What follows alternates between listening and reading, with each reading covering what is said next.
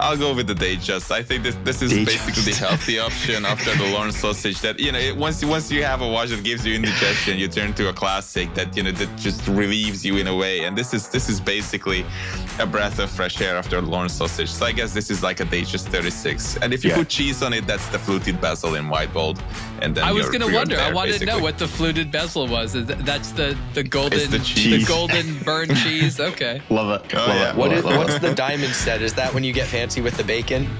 That's the diamond bezel Datejust? Yeah. Okay. It's when you put it in a glass dish to serve it. Will one of you at some point explain to me how this game has something to do with watches? At some point.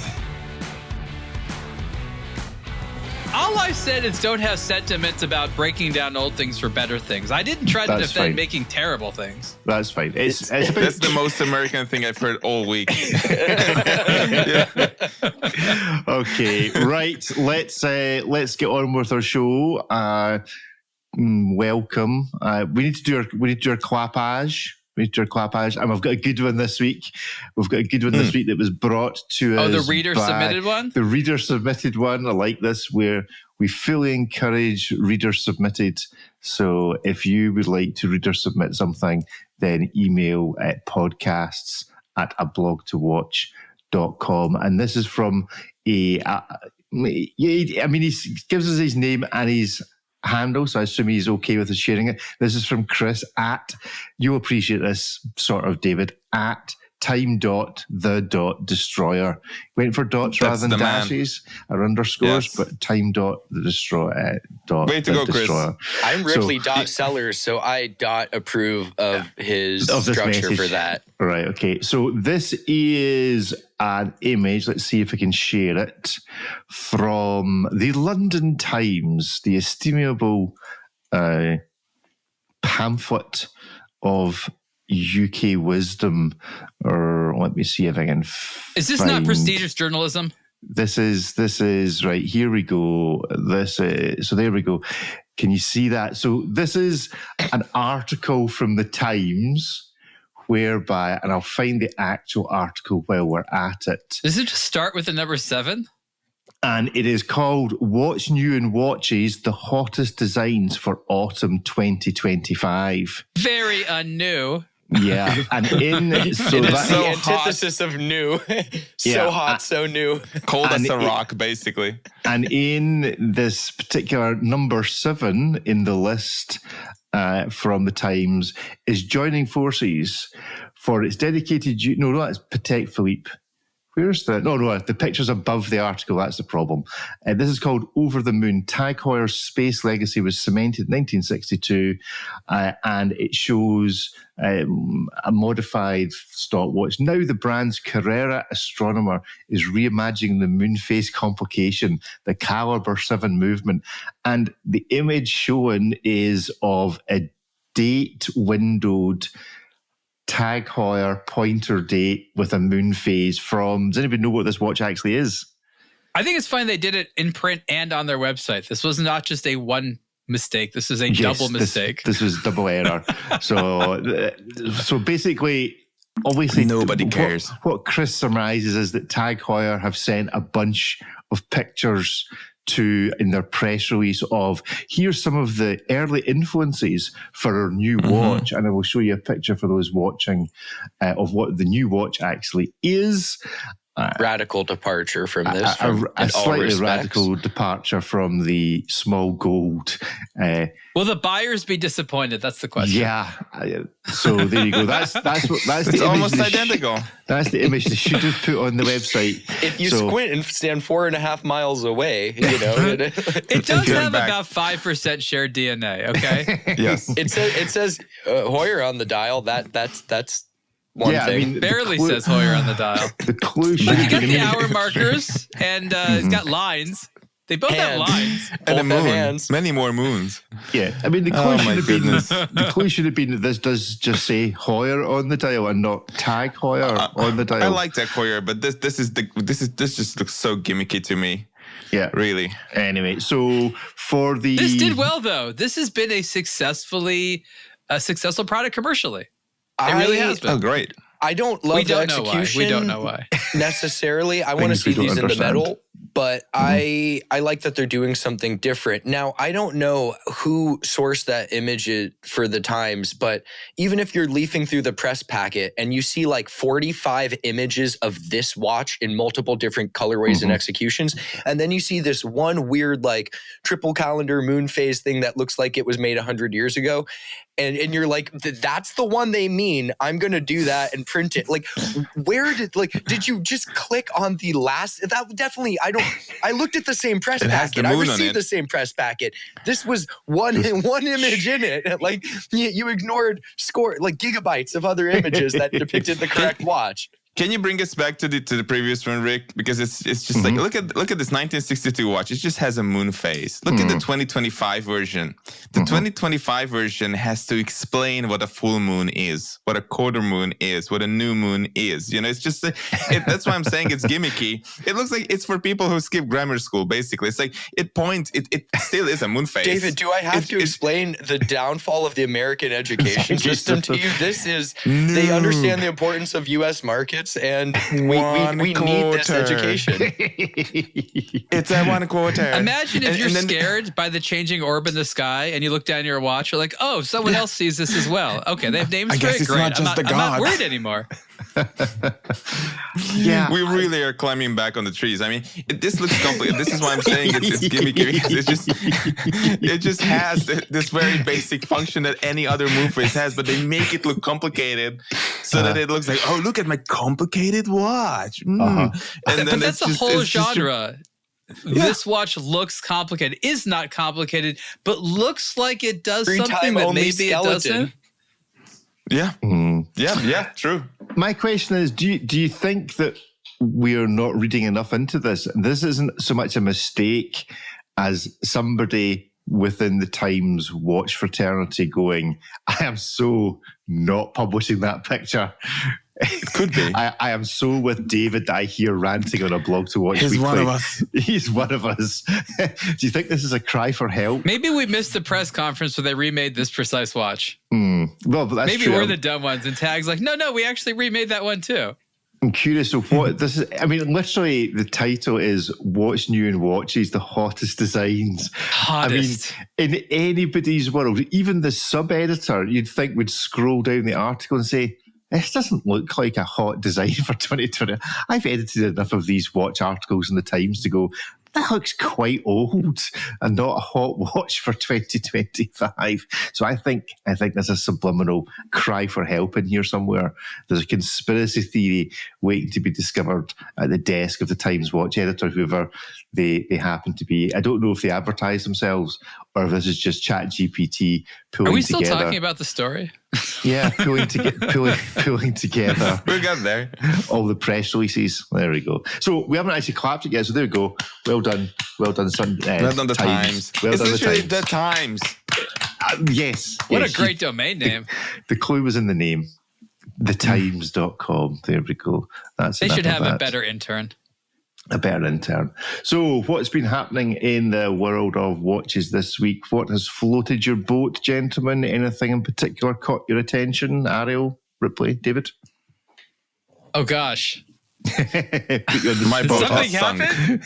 Has anything happened? Oh, I was delighted to hear that in I guess 2 fell swoops, Las Vegas is now a place that we're excited about as a watch destination. It went from having like almost less than 10 watch brands showing during the JCK Couture time to both JCK and Couture in the same year having partnerships with people that officially could do what they can't do, which is get the watch brands in there. And when I first started this, going to Las Vegas for the watch shows, which was closer and more of a real thing than going to Baselworld. Of course, I did go to Baselworld, but it was so great to have it, in the United States and one state over for me in California.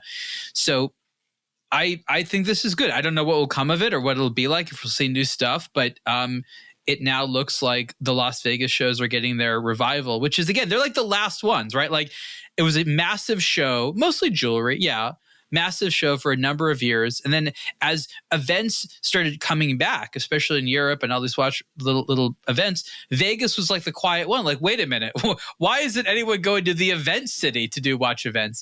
And again, maybe I'm wrong, but again, shouldn't I be excited about this? I miss those couture days.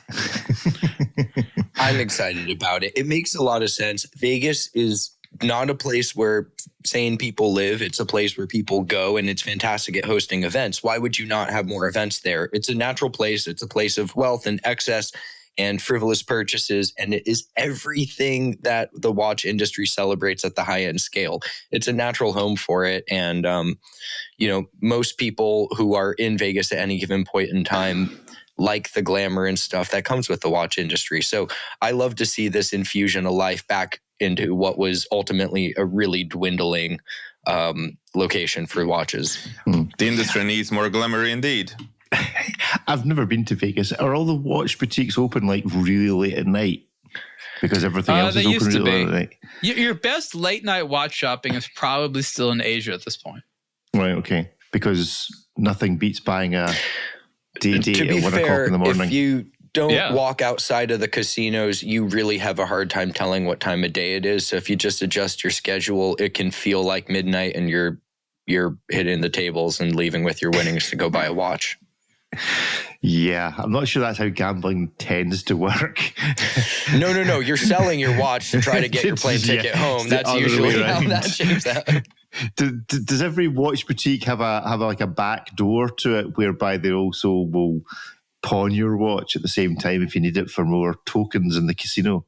No, that's the man standing outside the casino. Oh, is that right? Is there people doing that? Is that how it works?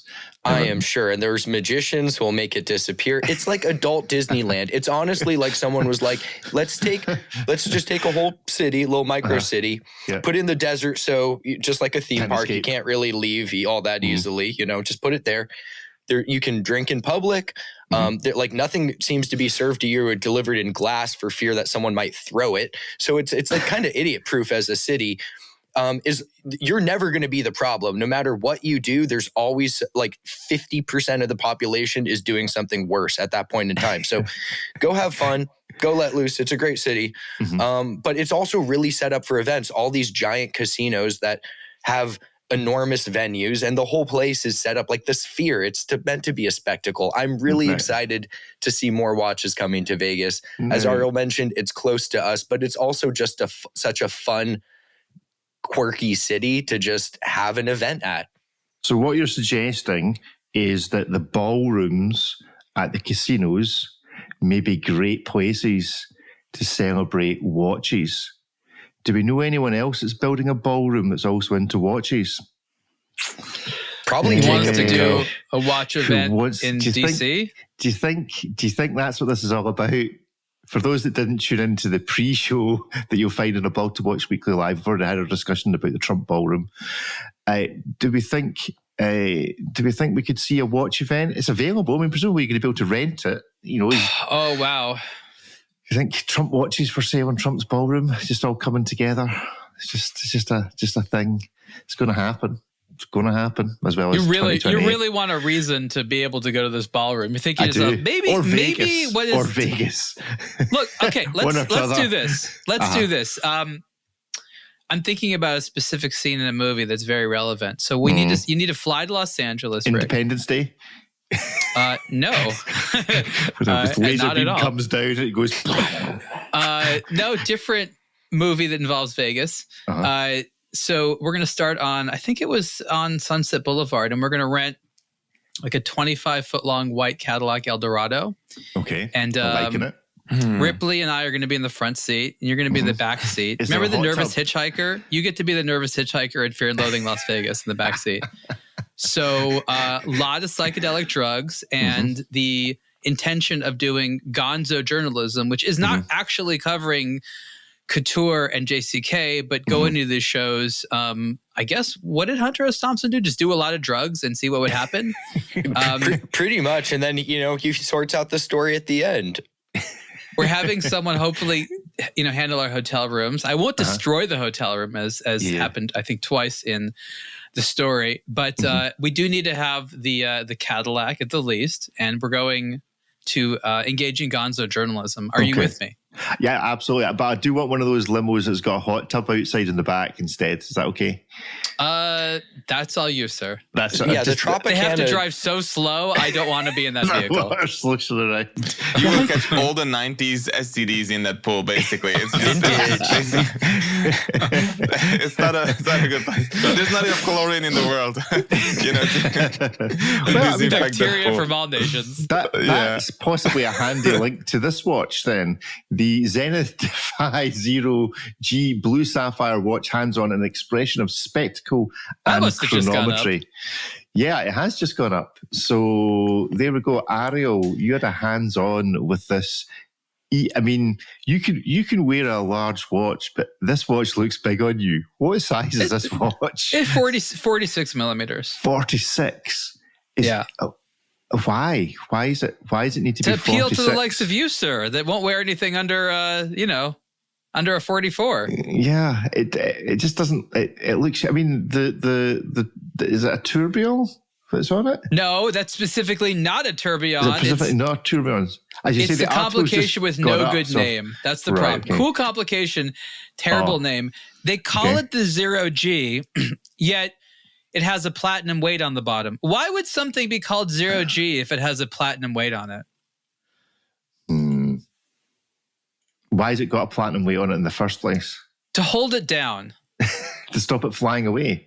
No, so that the balance wheel always faces up. You know those old marine chronometers that would kind of shift with the boat moving? They were like set on a gimbal. And the idea was that no matter what the turbulence was, the balance spring would remain in this horizontal position, right? Because that's the way it would be the most accurate. That was the whole theory behind these marine chronometers.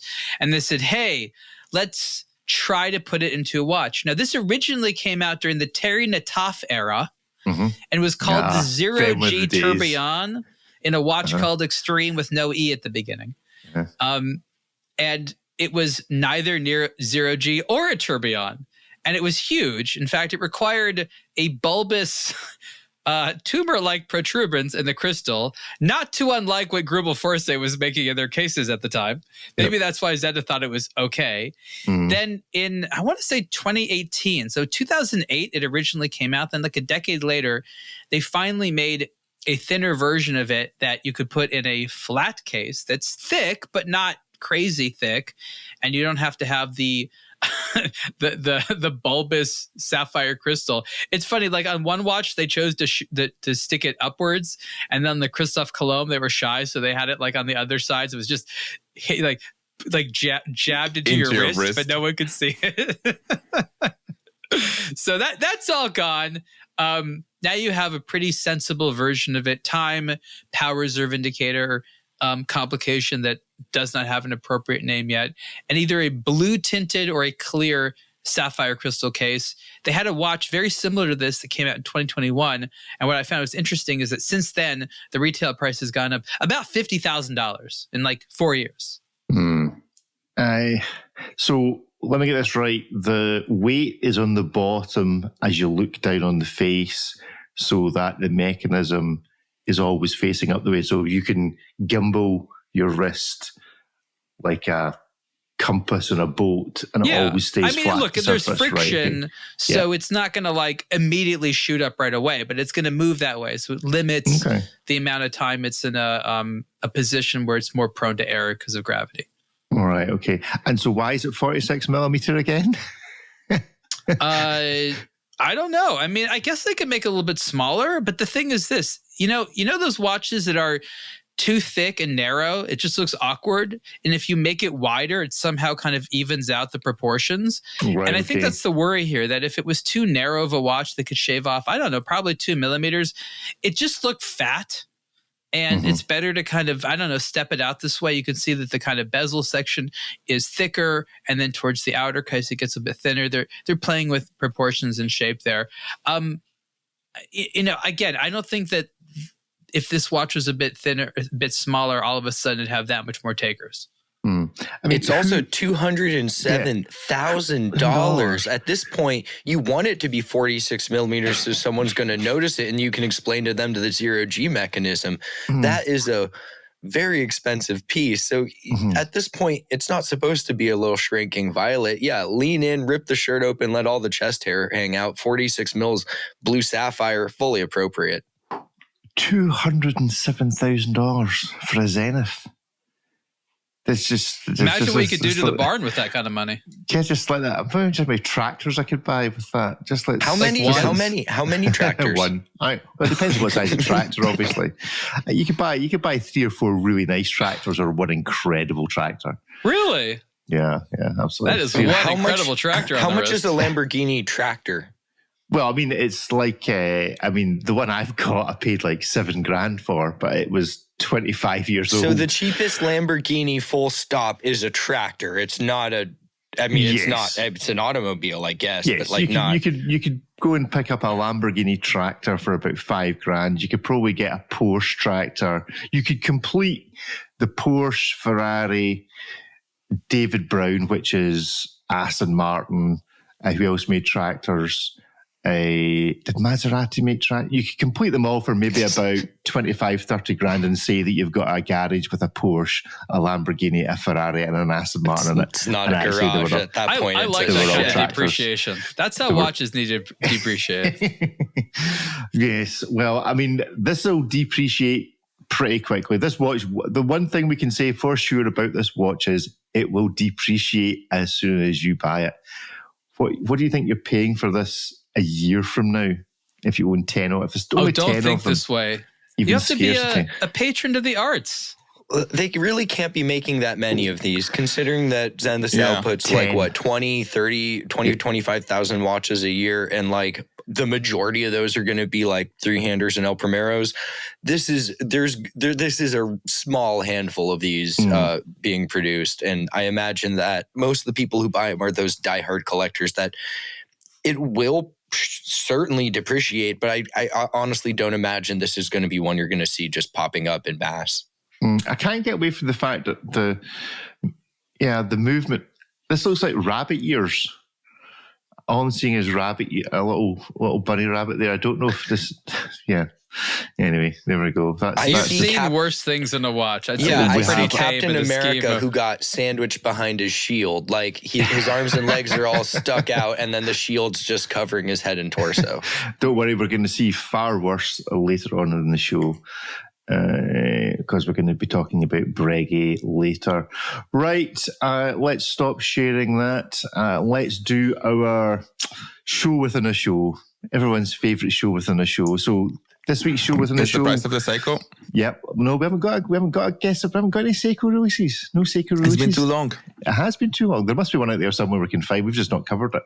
So our show within a show, we've got a choice of a brand to speak about, a rant, and a 101 corner, Watches 101 corner. So it was suggested on one of the YouTube comments after last week's show, Ariel, that it was being disputed, the concept that watch collecting was a hobby. So I think you should have a rant for 60 seconds, or in your case, 3.5 minutes, about why watch collecting is actually a hobby. Do you feel up to that challenge for our show within a show? No, you're muted. He's already going. He's muted. He's already away. Can't hear you. Can you hear me? No. He's just self-censoring. He just didn't want. Yeah, there were a few things he wanted to say. He wanted to get them out of the way. No, we can't hear you. Yeah, maybe you muted your mic itself, or maybe you unplugged it or something. You flashed off screen and then reappeared with no sound. So who knows? So we will have to make up what Ariel would have said. Right? No, we still can't hear you. This is good. Okay. On what grounds, Rick, did they argue it wasn't a hobby? Personally, they just said it is not a hobby. was the comment. Look, we all tell lies to ourselves. I'm not gonna. That's a very elaborate argument. It's not a hobby. On this basis, you can just comment it is, and then that's it. Okay, I that's don't right. have an addiction. I have an interest. Forget you guys. I'm leaving. Do we have Ariel back? Let's see. You have to reinstall Can you Windows, hear- all of it. No, it's C format. Do you have the backup discs? No, still can't. This is the most Windows thing ever. It's just like something works, No, and then it just doesn't. I've also got a message that you've stopped recording. This is not good news. That's great. Log off and log back in again, just in case. Poor old Hayden will have to I still remember it echoes in my ears what you said last week, Rick, that Hayden has to edit this train wreck into something. But that's He does this a great week as job. well. He does a great job. Hayden, shout out to extra clapage to Hayden while we wait for Yes, Ariel to I return. sent you an email a week ago, but it's okay that you have not replied yet because you're editing these train wrecks. Oh dear. Right, Ariel is trying to come back in. Let's see how he does.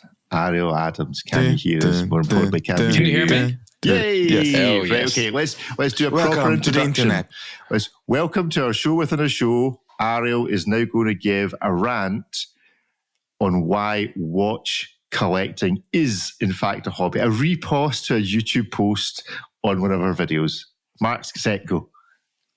So first, explain to me the nature of the rebuttal. Why do they say it's not a hobby? This is No what I need to reasons understand. given. They just said it's not a hobby. So they just emotionally don't like the idea that this time and money they've sunk into something can just be so cheaply summed up as a mere distraction or diversion from the seriousness of life. Is that the sentiment? That is the gist I took from it. Yeah. Yeah. I don't know what I need to defend. I think they're not actually attacking the fact that it's a hobby.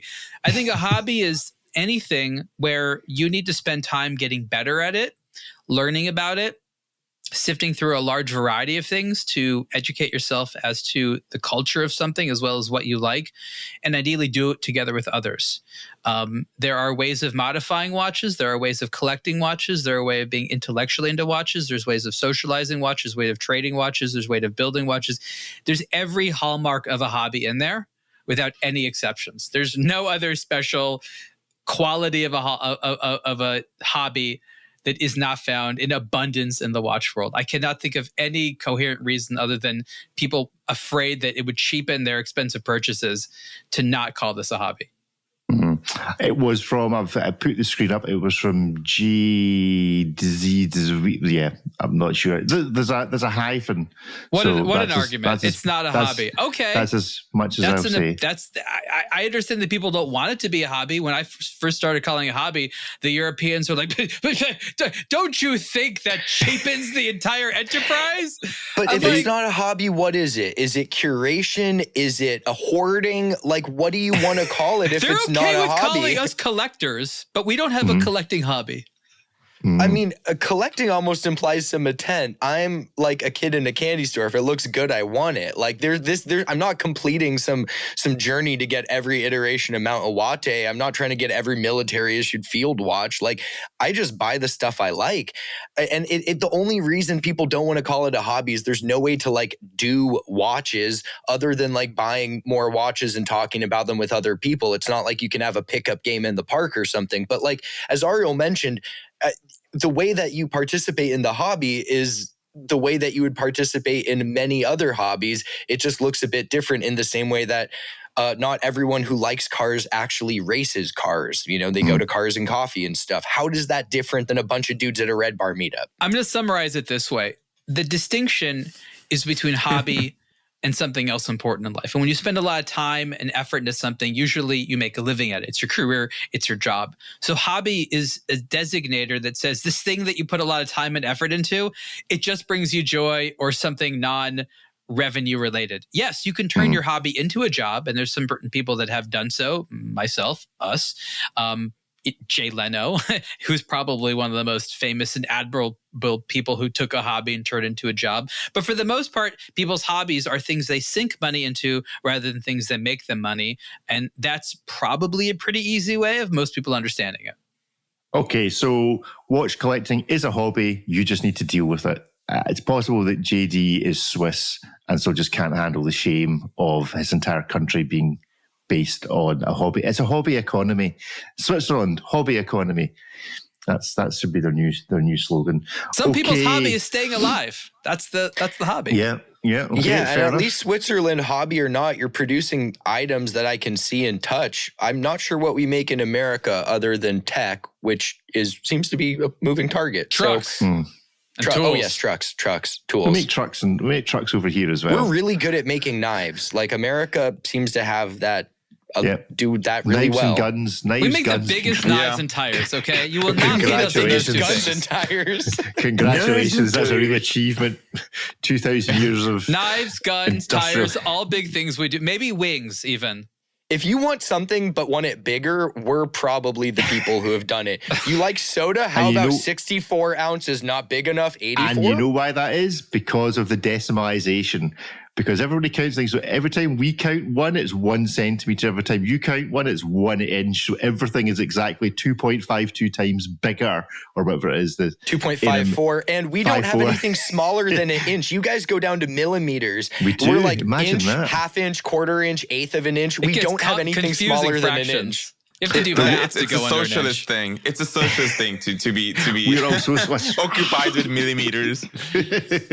Anyway, that's our show within a show on our ranting show within a show. Okay, show within a show, brand to or particular watch to bring some light to. Would anyone like to nominate something? I was thinking, because we're going to be talking about Breguet later, that one of you might have something interesting to say about history of Breguet. I feel this is a David kind of topic. Give us the whys and wherefores of Breguet. Why should we care about Breguet as a thing?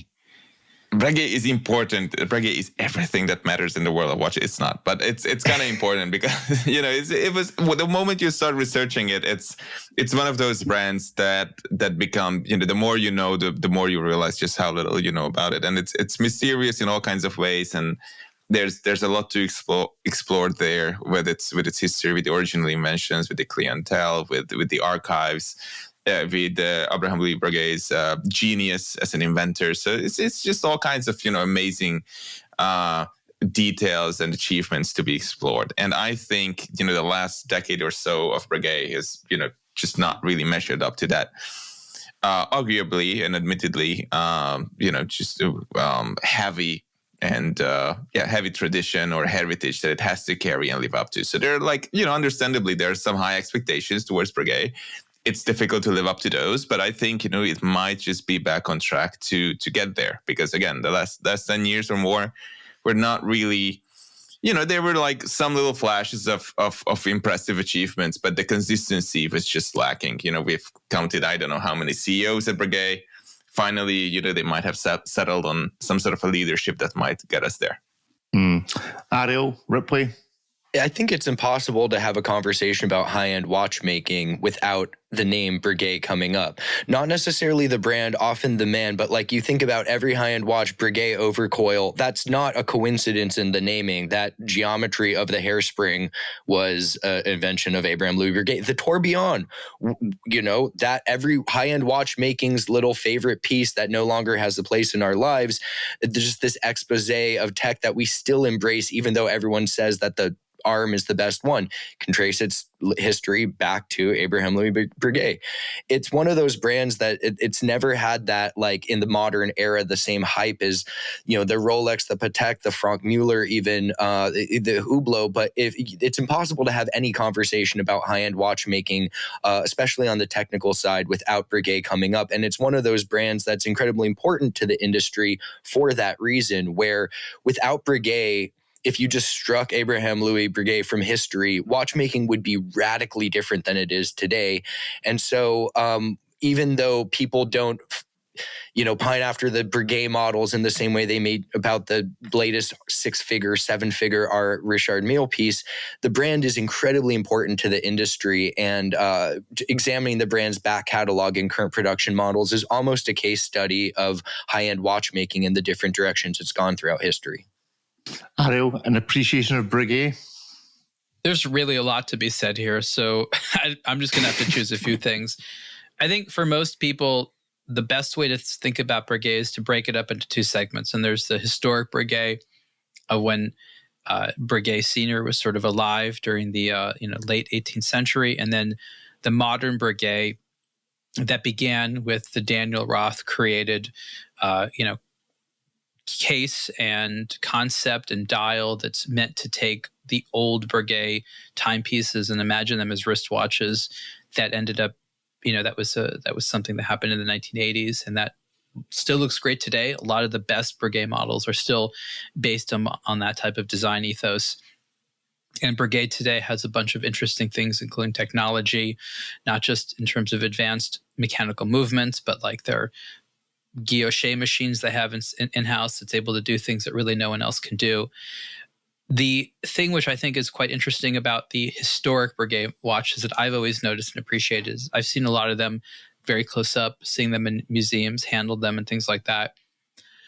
They look surprisingly modern, and they also have aged very well. Yes, a lot of them have been restored and things like that, but the way that they were made allowed them to survive with low corrosion, low color fading. They were really meant to last. It was probably one of the first timepieces that was, at least to my knowledge, truly made to last. And I think that's what's so impressive to me. It's not just how beautiful they were, but how ahead of their time they were in sort of all areas. And I'm not saying there weren't other great watchmakers. I'm not saying there were other influences, but within that brand, it's such an impressive thing about watchmaking that with the primitive tools they had, no artificial lighting really, candles and hand-operated machines and saws and things like that, they were able to do things with such precision, such mathematics, using the materials they had at the time. Just really, really brilliant stuff.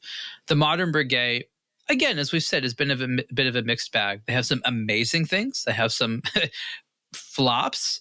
They have some beautiful watches. They have some they're not beautiful. They're all well made for the most part, but it's not really a company that's had a huge direction other than sort of respecting its past. And it's a difficult brand for them to make new things. I think the durability of not just the classic designs, but also sort of what Daniel Roth embodied in sort of their classique and traditional watches and things like that shows how lasting that design ethos is. I mean, they come out with new watches today that are new, but sort of look old, and it's just sort of such a crowd pleaser. And again, they're not all as great as the rest of them, but they consistently are able to sort of be impressive. So if you're into really high-end watches, it's you shouldn't ignore them. They're sort of weird about messaging.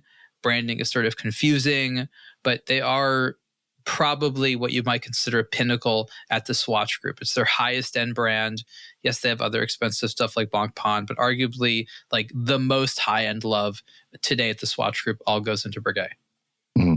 It's a very interesting point you make that Breguet, founded in 1775, was 27 years earlier than the first electric light. So imagine doing all of that stuff under gaslight or candlelight. I don't think we appreciate just the skill involved and the short-sightedness or long-sightedness. Can you imagine straining your eyes looking at this stuff when there was no, fluorescent light available to they actually light the thing? They had a few hours during the day. They had these sophisticated rooms set up where light would enter, and they would do it mostly in the winter, so they had even less time. And they would know. So when the light entered, it was pretty bright. It was pretty nice. That's why a lot of these, watchmaking facilities have big windows and stuff like that. It's really for that heritage, because using natural light was how they were able to do most of this. Yep. And I don't know, at night they would either clean tools. Who knows what they would do? Do lots of other watchmakery things. Good stuff, right? That's Breguet and why it's all that matters in watches. Our 101 corner today. So who would like to suggest an educational topic for those that are new into the hobby or just don't want to admit there's something they don't know? They've always, the kind of questions you want answered, but you were afraid to ask about watch collecting. What is an escapement? Or would anyone like to propose a 101 for watches for this week? Obviously, so far we've had the equation of time, and what was last week's? Last week's was something equally complicated. We're so not novices. This is a real challenge. It was a constant force mechanism. So if I had constant force mechanism and an equation of time, would someone like to do a 101 on something else educational for our audience? Let's talk about types of lubrication. Go for it. Oh yeah, let's talk about the formula and the intricacies of lubricating a movement. The difference between a chronograph and a chronometer. I think that's a good novice thing. It's even to this day. I see listings and I see discussions when people get confused by the two things. I mean, they are both called a chrono, but chrono means time, but chronometer and chronograph are two different things. Chronometers are accurate watches. Whatever that means, usually it means the COSC certificate comes with the watch, and the chronograph is a watch with a stopwatch function added to it. And it's just, maybe it's just I've been at this too long, but it's still so annoying. I mean, it's just like the world of watches is like, if you're into it for a week, people sometimes assume they already know. Like, oh, of course, it's a chronometer. I'm like, no, not every chronograph is a chronometer, and not every chronometer is a chronograph. So it's just like, and no tourbillons are tourbillons. For the love of God, if I see tourbillon one more time somewhere, I would just scream at my screen, basically. I guess we could go like establish a good list of novice mistakes that people, in their light-heighted and can a chronograph also be a chronometer? And is it chronometer or chronometer? Whatever, unanswerable questions. One can be the other. They're in no way mutually exclusive. They're totally different things. One describes the type of watch movement, and then within the family of chronographs, you can have modular, which is basically a regular movement with a module bolted onto it to supply it with its chronograph functionality, or an integrated chronograph where it was designed from the ground up to be an chronograph, and so the chronograph mechanism is integrated into the movement. This describes the architecture of the movement, its functionality, and all of that. Chronometer is basically, as David mentioned, just a statement, usually independently certified, although a lot of brands will do it in-house, and that's a whole other discussion. Listen to our Ariel Superlative podcast with the COSC about that. But all it is basically someone, often a third party, saying it runs within these specs and under these conditions. So you can have any watch that, if you wanted to submit it through COSC testing, assuming it meets the parameters, can be a chronometer, and it can be chronometer certified. But within that, you get COSC certification. You can have Metis certification. You can have Rolex's superlative chronometer certification, which is their own in-house thing. And so there's a myriad of different types of chronometer certification. And there's also a bunch of different types of chronographs, but they're two wildly different things with just the same name. I would also want to answer the question of like, which one do you want more first? Like, if you're just starting out, like, what do you need, a chronometer or chronograph? I would say start with chronographs, because it's something you can play with and something you can do. And I also think that it's important. Because it's a hobby. It's a hobby. You can play with your buttons. What are you going to do? If you're really on time to places? I mean, that's a dumb hobby. It's also fun to explain where the term chronograph came from. And it literally means time writer. And you're like, why? It's not writing anything. Well, the original chronographs did. They actually had a small pen or writing instrument that would make marks on paper. So it would make a mark and then stop making a mark when it was not timing. And that's how you would read it. It's sort of arguable who started the first chronograph. I know for a while it was Riasec, and Montblanc really got a kick out of that. And then Louis Monet is like, no, we came out with the first one. I mean, different devices for slightly different purposes. They were both very early on. The Riasec one was designed for horse racing, and that was an instrument that did actually write on paper. So that's why Montblanc was really excited about it. They're like, oh, watch, chronograph, writing, we make pens. Oh, we got to do it. And that's actually why I like the Riasec, is one of the coolest Montblancs. Yeah, we make I want to be there. Oh my God, it's perfect. Branding genius. We have to do it. So we're good for the next 10 years in terms of products. Get yourself a Riasec. Talk about thick and poorly proportioned, but no, cool, they're great. Can you imagine if all this had happened and Omega also made pens? Can you imagine the combo of the Speedmaster and if there'd been a pen manufacturer as well, and the moon and the whole thing, we would be in a different. What are you trying to say? You always got to bring the conversation back to Omega or Panerai. This is what people like, everyone. This is what Rick likes. It's just where it goes. It's just the natural. If a brand has more than 4 models, Rick can't process. So it's like Panerai, it's the Luminor, the Radiomir, Omega, Speedmaster, Seamaster, I'm Constellation. a bearer of small brain. I can only remember 3. I can only remember the number of things I can count on 2 hands. So that's the number of Omega. No, actually, to be fair, there's Omegas, there's thousands of them. But Panerai, there's basically 2. And that's fine. I can handle that. But unfortunately, Panerai had nothing to do with They have basically 4. Come on. Any of these things. So chronograph, chronometer, you go for a chronograph first. What is a good entry-level chronograph to whet your appetite? You're just joining the hobby, because it is a hobby, refer to earlier section. So I think one thing about chronographs should be mentioned. It's like twice the number of parts as a regular 3-handed watch. The way to think of it is there's a watch, and then there's a second watch built on that you can stop and start and reset. So servicing a mechanical chronograph costs a lot fundamentally, assuming you have it done right to any degree. If you go to Rolex and you have a Daytona, it's going to cost more than a Datejust. 3-handed ones cost less than the chronos. It has to do with the number of parts. So if you're buying a really, really cheap mechanical chronograph, like one of those Seagull things that you can pick up for a couple $100, few $100, it will cost you more to have it properly serviced than what you paid for the watch. Quartz chronographs, you basically just pop a new battery in it until that stops working in however many decades that may be. But it is one thing to consider when you're buying a chronograph, that if you're going for mechanical or quartz, and that's a whole separate discussion, be aware that the mechanical ones, it's going to be something you plan on keeping for the long term, think about just the cost of service, because that does play a factor when you start talking about decades of ownership.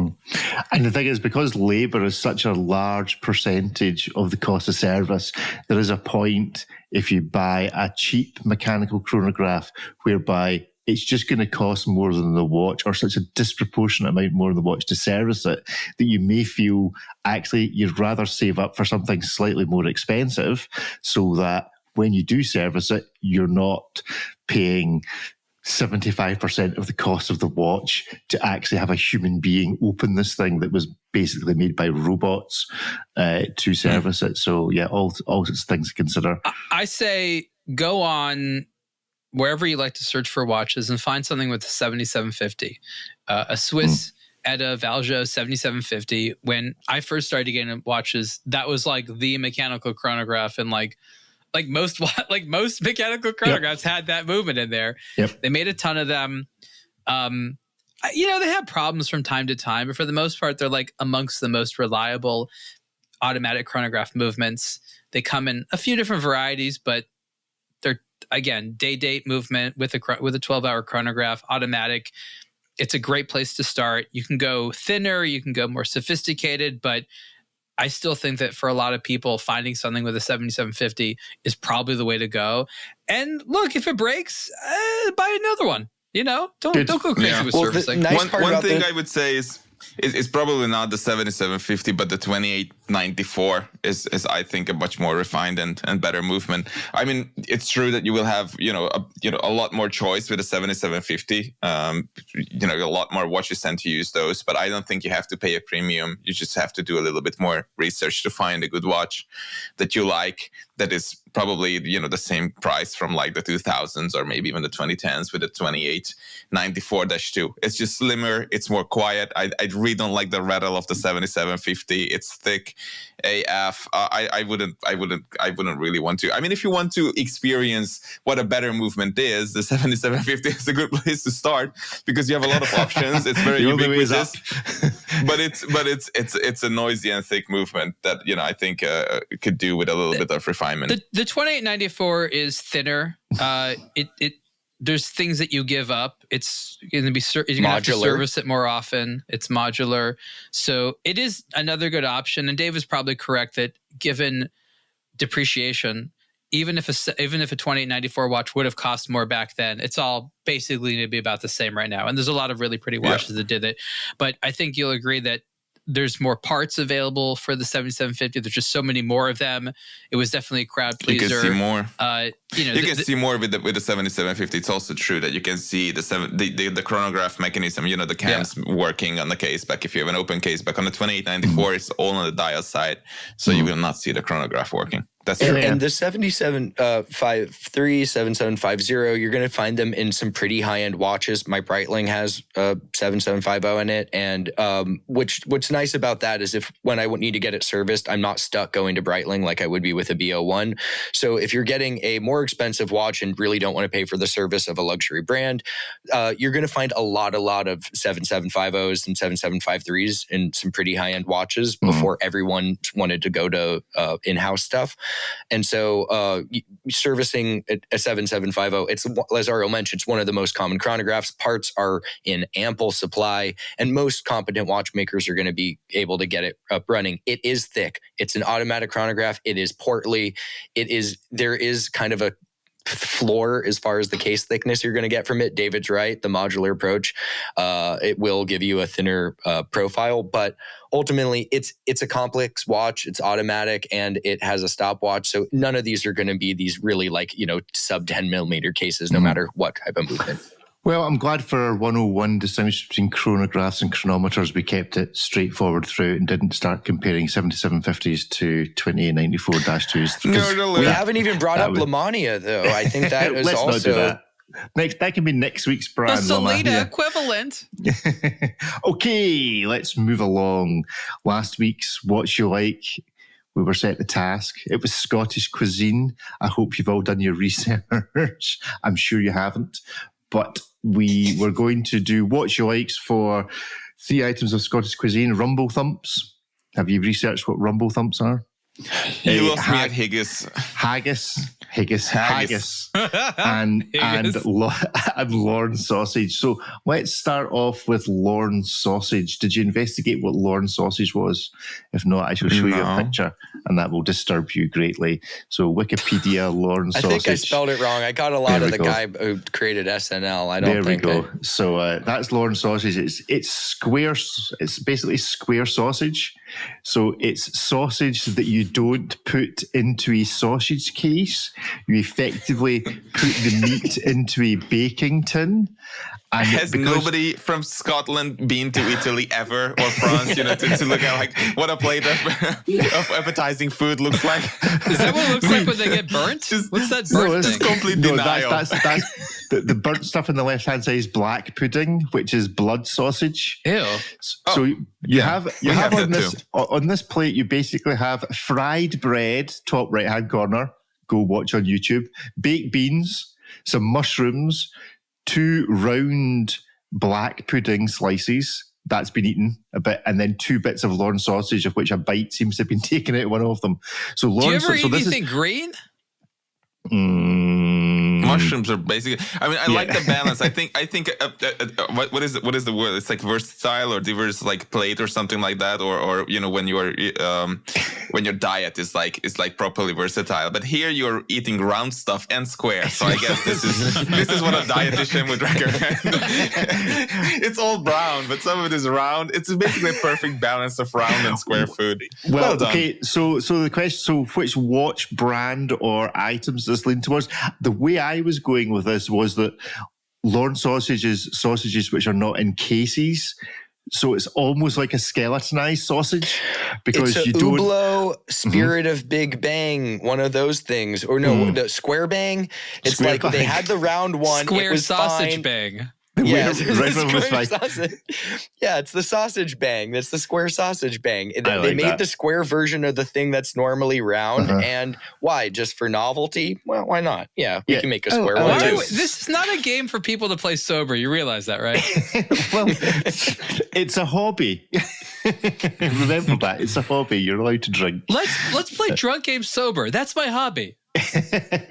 So, Spirit of Big Bang, Square Bang. Square Bang. I think Square Bang. Do you make an oval one? That would be the Tano-shaped sausage, Rick. Okay. That would be the spirit of big Tano sausage. I think it's Spirit of Big balanced. Sausage. I mean, we're looking for a brand that makes a lot of square watches, primarily square watches, or maybe equal amount of square and round watches, which makes it kind of difficult. Yeah, you know, who makes the same amount of like, you know, square and round. I actually went, I'll be honest, I was going for Norcane just because of everything at the moment is skeletonized, and I felt that Lorne sausage best represented the idea of a skeletonized sausage, because you don't encapsulate it in anything, you just stuff it in to the case, and what you see through. I love how often you think about Norcane. They've got into my head. Like every show, I love it. Every show it's Norcane. I don't know why that is. Expanding the realm of watches up to 3 now, Rick. It's Panerai, Omega, and Norcane. Omega, Norcane. It's just when I walk past, what it is every time I walk past the boutique that sells them, I'm just greeted by this rainbow technicolor of watches, and it just sears itself into my brain. There's green ones and orange ones and blue ones, and they're all skeletonized. Well, all look the same. And why would somebody pay £5,000 for it? I don't know. All questions that need answers. Are you describing Panerai or Norcane? It could be describing all three of them. That's the thing. I like brands that I can remember 3 brands so long as I can describe them all in exactly the same way. Why are they so big? Why are they so expensive? Why the skeletonizations? I don't know. All sorts of colours. Anyway, so yeah, I like this square bang for the Lorne sausage. Right, next up was Rumble Thumps. Did anyone investigate what Rumble Thumps are? I did. Can I get some insight on the ratio? From what I understand, Rumble Thumps, the traditional Scottish casserole dish, is made with mashed potatoes, cabbage, and onions. What is the ratio? And cheese. Oh, and lots you of put cheese. cheese on the top and you roast it. What is the ratio? Like, is this primarily cabbage? Because you've made the one green thing y'all eat not green anymore if it's covered in cheese. I would, now here's a wee recipe here. Let's see, 1 kilo of potatoes to to a quarter of a kilo. So it's about 4 to 1 potatoes to cabbage. Okay, so 4 to 1 potatoes to cabbage. The cabbage is there to make us feel better about ourselves. Yes, and to enable roughage, to enable a good digestion. Is it good? Is Rumble Thumps tasty? Lovely, brilliant. Highly recommend it. It looks tasty. I mean, it looks nice. Like there's not a lot to dislike here. It's a lot of cheese and potato. But it is a side dish. So where I was going with this is, what is the second watch you buy? What is the best? You've bought your first watch. What is the best second watch? The best accompaniment, or just the best accompaniment to a watch? Maybe it's a watch winder or a case. Comfort food goes great as the second watch. You can have whatever your main luxury piece, the star of your collection.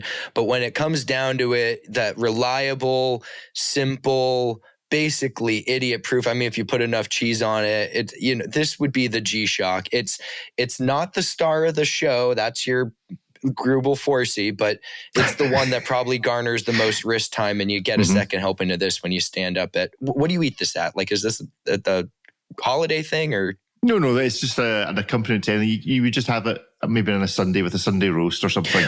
Right. So then you shamelessly give yourself like 4 portions at once in the same way that you just buy a bunch of G-Shocks. I'm going to say G-Shock on this. G-Shock on this. Any other takers? I'm saying Seiko Alpinist.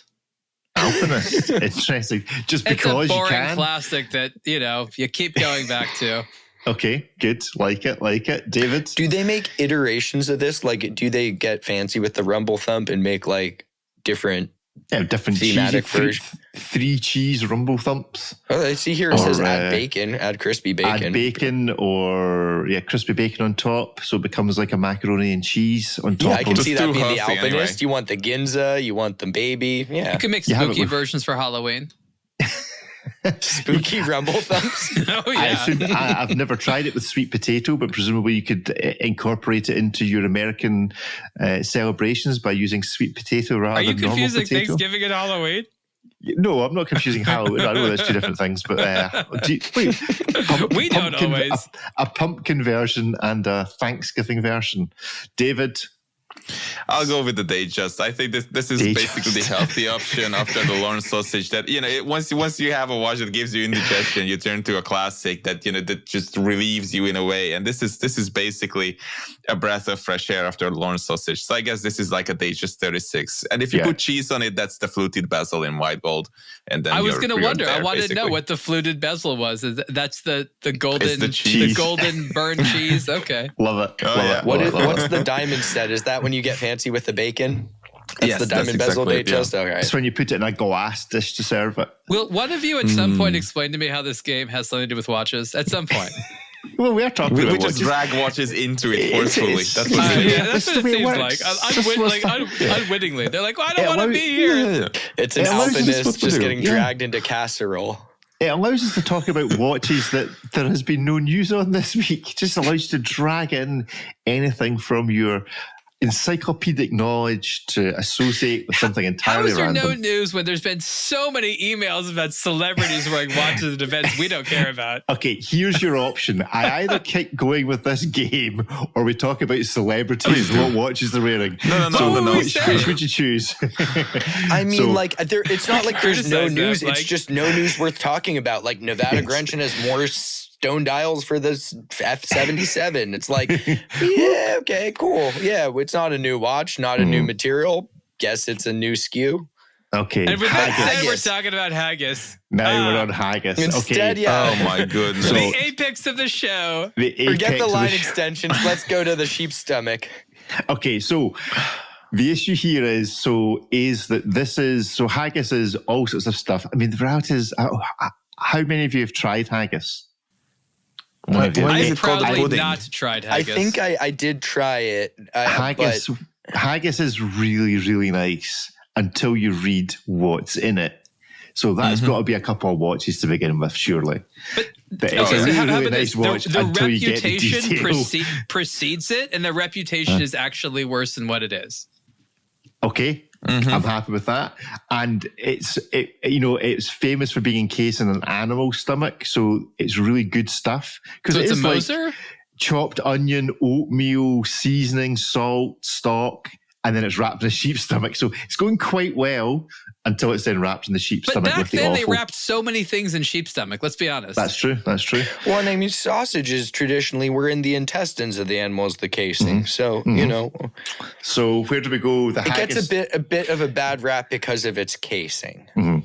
A bad rap because of its casing. We're back to Hublot again. Okay. Yeah, I was about to add all roads go back to Hublot. All roads lead to Hublot. So, Ariel, what's your watch choice for haggis? I'm going to go to one of those like early generation Grubel Forces that had like the tumor on the cases and things like that. They're like, oh, if you really get to the inside, it's amazing. Just don't be so bothered by the skin. Is it not some of those Max Boozer collaborations from before the what did they call them? The opuses? The opuses. It's not like an opus. Doesn't gross me out as much. Not grossed out. Yeah. Ripley, a watch that grosses you out until you look on the inside and you realize how beautiful it really is. Until you look on the inside. Oh, A-Lang & Zona. The A-Lang & Zona 1. Lange 1, you've just defended the entire country of Germany. What's that Ulysses Nardon where it was with that artist whose name we could not pronounce or spell and who hid his face, and it's the regular three-handed movement, which is quite pretty, but hidden behind this blacked out unintelligible thing. You couldn't ever appreciate it because it was just a blacked out version, but inside it was a regular watch, and I like the movement. It looks good architecture. Okay. Yeah, not my favorite, but I guess that goes for haggis. Well, I think what we're looking for is a watch that has a bad reputation and then is actually surprisingly good. That's what we're looking for. Not something that's ugly on the outside as so much. It's like because what you said, Rick, is that once you try this, it's actually good, and people tend to like it, right? True. What would that be? A watch. I mean, there's something there. I'm just not sure what it is. It is Hublot. It is Hublot. It's a Mecha 10. Yeah. Or a Unico. Yeah. Well, I was thinking the Lange 1 because I think it's terrible looking from the outside, but on the inside, it's just lovely. Whoa. I just never liked that particular A-Lang zone. But there we go. It's a big departure from a Panerai. That's true. That's right. It has aesthetic balance and virtually perfect proportions, timeless design, all the rest of it. It's funny. Look, if they put a crown protector on it, would you like it better? Give it to Moser to do their mishmash of watches. A Lange 1 with a Panerai crown protector on it. Big single date window. There we go. So that was my vote. But David, so you reckoned what that looks the Mecha 10? Yeah, maybe something again. aBlo is an easy idea here. I wonder there has to be something else. Something that's got a bad rap until. I mean, yeah, maybe actually. What about the Daytona? Because it's got a bad rap. No. There's not like every bro, finance bro, clamoring to get haggis. That's not the Daytona. That's a wait list. The haggis wait list. But what meaning is like it has a reputation, and then you actually try one and you go, that's actually quite nice. I think you're thinking one of Rolex's non-oyster watches, like the Cellini or the. Yeah, okay. Whatever the 19, whatever it's called now. I totally forgot. Okay. Those were what's the date? 1906. 1908. Okay, 1908. Is it? Okay. It's just a random number, but just close enough. Because it's the 1916 It's the Land Dweller. It's the Land Dweller. Terrible name. Terrible, poorly received. Everyone just wanted to say bad things about it. But under that's a killer movement. That's a really interesting movement. It's a cool movement. And if you really wanted to give the watch a chance, it's, people like critique the dial motif they chose for it. Whatever. Look at the watch in context. It's a more refined oyster quartz with an awesome new mechanical movement. To me, this is the Land Dweller. Good point. Okay. Yes. So Land Dweller, the haggis of watches. Excellent. I've still never seen one not in person, in the real world. Land Dweller. A Land Dweller in a haggis in the real world. I will try and get one side by side and see if you can spot the difference. It's going to be hard. I have not seen a Land Dweller on anyone's wrist outside of seen one. I've seen one in a boutique. But anyone wearing one. No, I've never seen one. For It'll exhibition happen. purposes, but just yeah. Okay, right. So next week's show with it. Next week's What Show Like? What we're going for, gentlemen? Then Scottish We're going food. for a show where nobody mentions Panerai, Omega, aBlo, Norcane. So I'm not on next week's show. That's what you're saying. No, you are. You just just gonna bleep out all the references. You can't have a show without Norcane. It's impossible. Okay, it's impossible. They're so relevant. Okay, then how about we do Okay, so how about what is the Norcane of watches? What is the Panerai of watches? And what is the Omega of watches? What watch is without having to buy? Why are you getting so circular? Wait, so you're saying what brand is Omega? Yeah. If there was another brand, if there was another brand, what would it be? Why are you doing this to the audience? Why? because they don't pay me enough. Because I can. To the audience. Okay, so selection for next week. Let's go for. Have we tried sport or film stars, movies, TV shows, songs, music. Classic horror movies, because it's going to be just classic after horror Halloween. movies. Yes, okay, go for it. Classic horror movies. Give me 3 horror movies. I just watched The Thing. John Carpenter's The Thing. Okay, so that's aBlo. Yep. Okay. Next up, Nightmare on Elm Street. Okay. Nightmare on Elm Street. That's Panerai. Okay. Well. Nightmare and on which one's Elm Norcane? Which one's Norcane? And final suggestion. Horror movie. We have to go buy one from a completely different maker. We can't have another John Carpenter one. The Attack of the 50-foot woman, or whatever. That was not a horror movie. Was it not? I never watched it. I just know the title. I just know the name. Is that also Norcane? Charades. They're remaking that. Yeah, they are. Yeah, Tim Burton. The Thing, Nightmare on Elm Street, and Nightmare Before Christmas. What's something really campy? Gremlins. Gremlins. Oh, Gremlins. Gremlins. That's definitely an arcane. We love puppets over here. If the horror movie has puppets, we are into it. Yeah, they're threatening to remake that as well. Okay, excellent. Right, let's move on to conclude our show with a quick round of Hit Myth Maybe. We will start off by going around the room. Ariel, where are you? What are you wearing?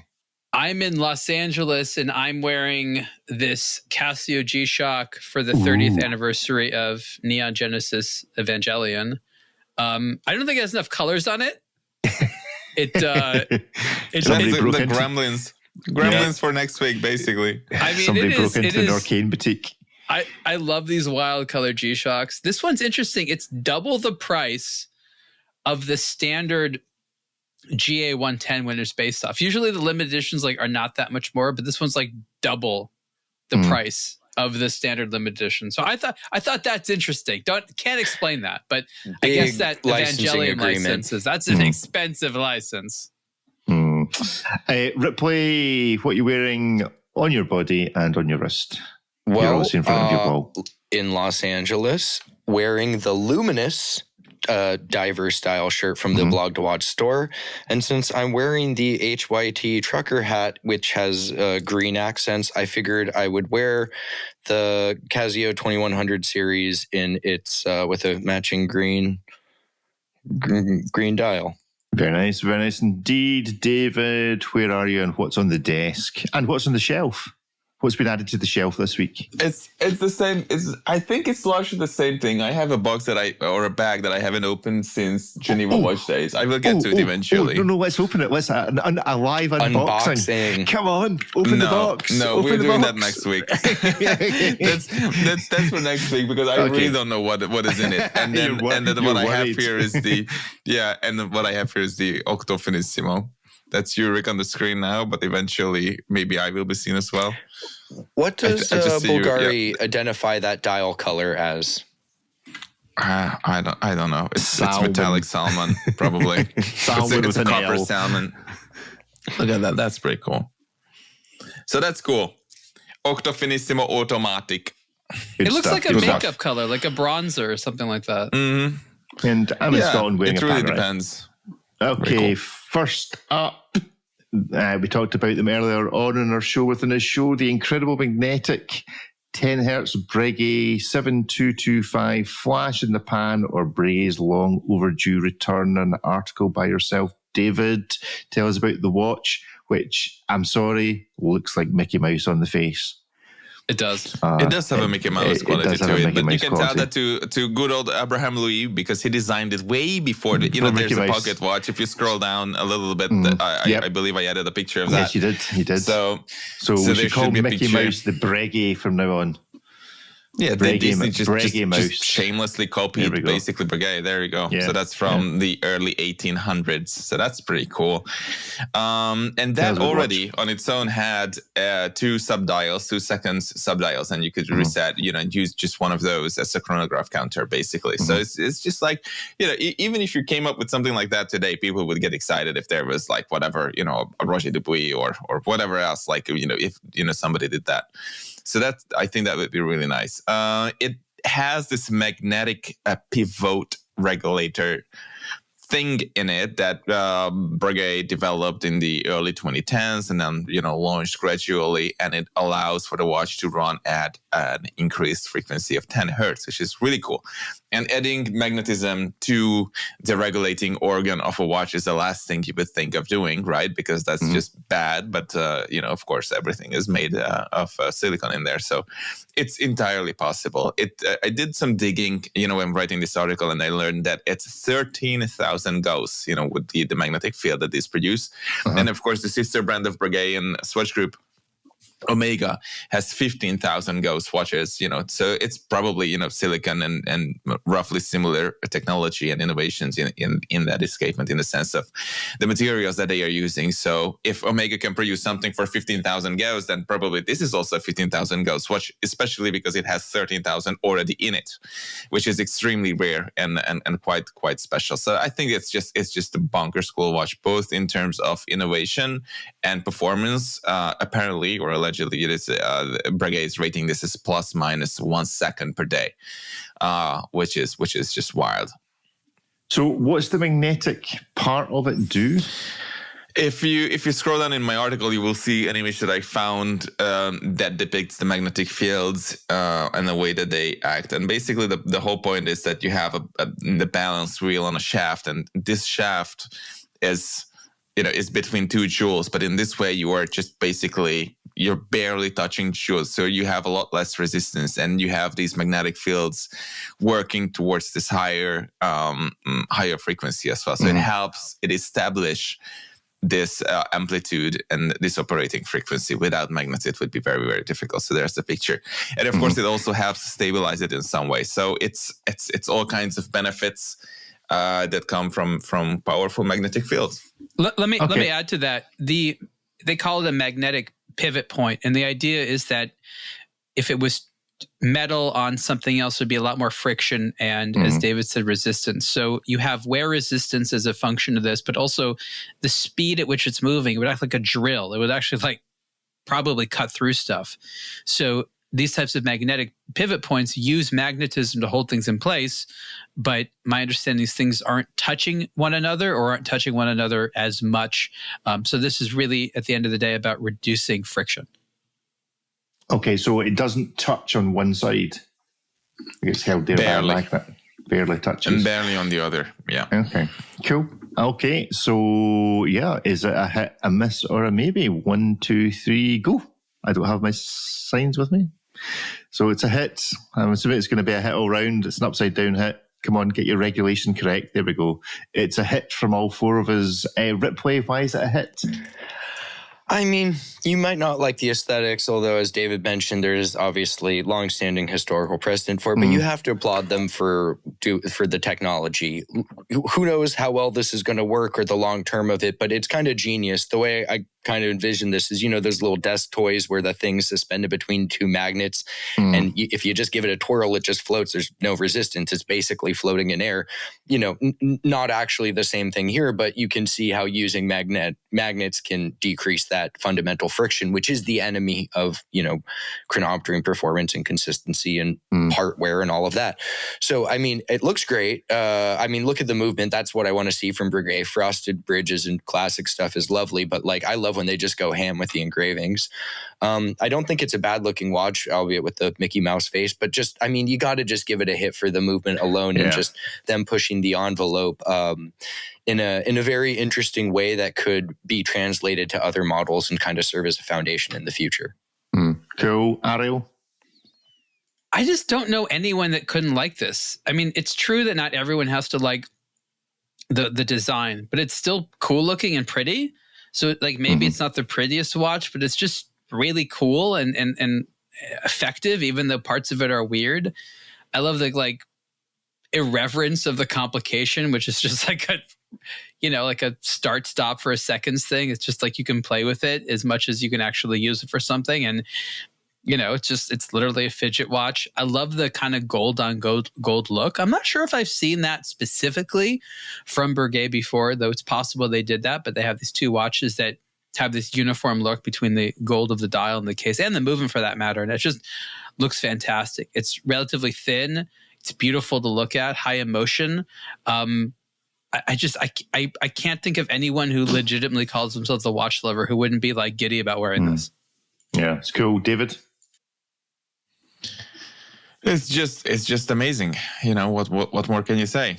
Go and get it. Yeah. Especially at $75K.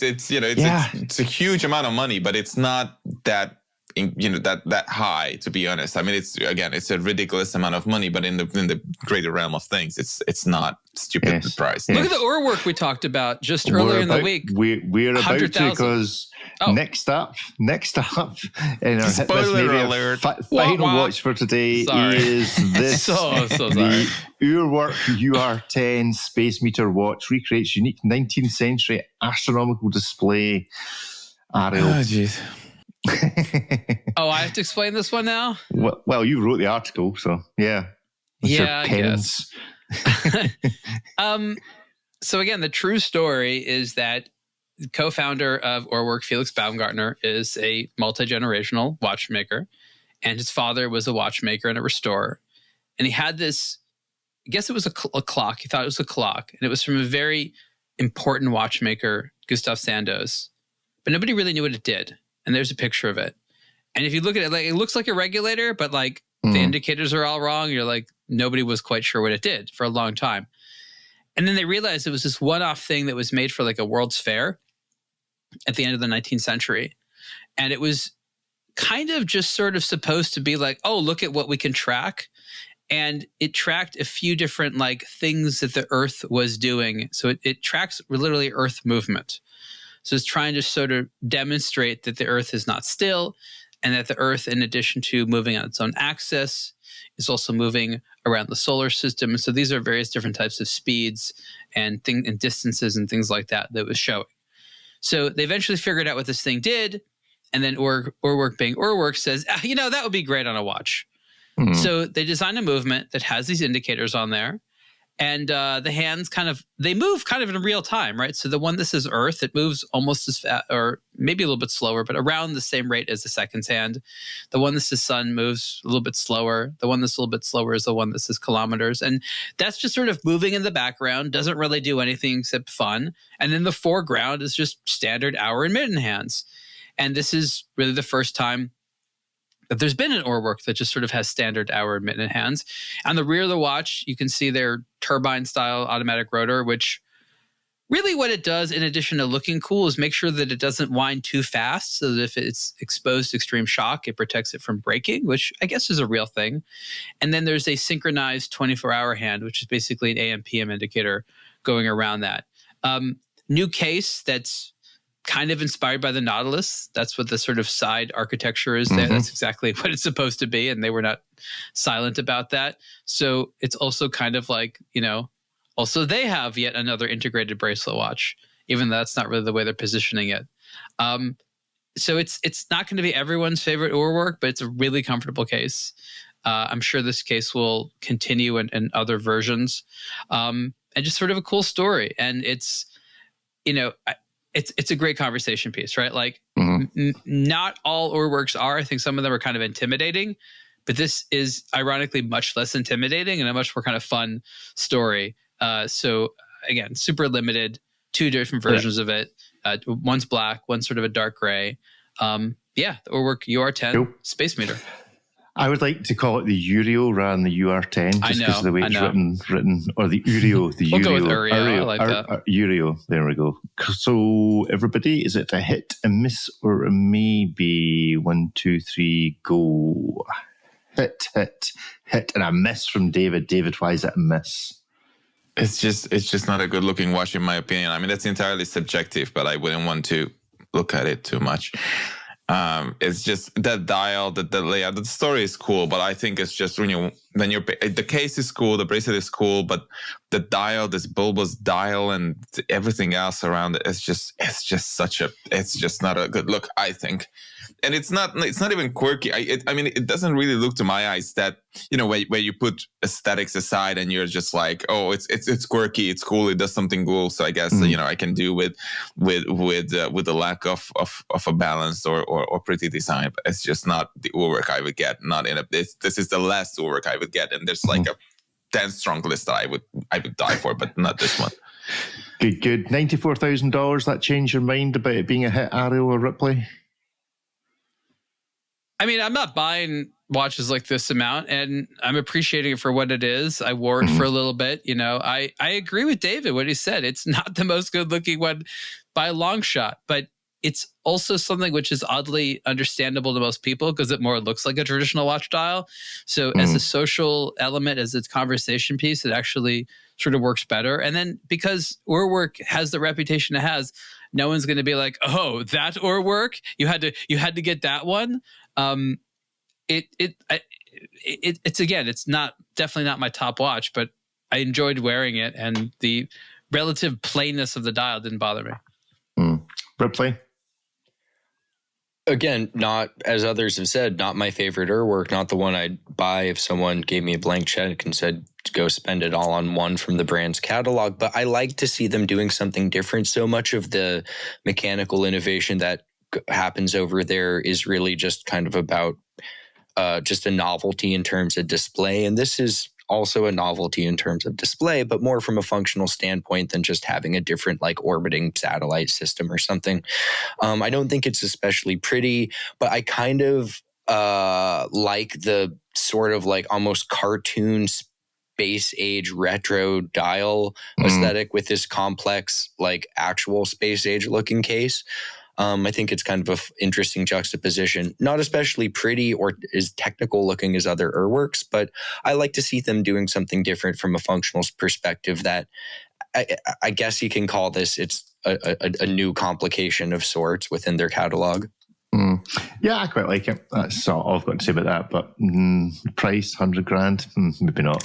I'll take the Breguet before this if we're spending deep five figures. This and the Breguet, it's the Breguet that's winning. Great stuff. Right, that's our show for this week. Thank you all for tuning in. You can find us the live show on a Tuesday at aBlogtoWatch Weekly Live or on the main aBlogtoWatch channel, and then the various recordings dropping on podcasters of your choice on a Thursday or a Friday. But that's it from us. So thank you all for tuning in. Have a great week. Goodbye. Bye, everyone. Thanks, everyone. Bye-bye.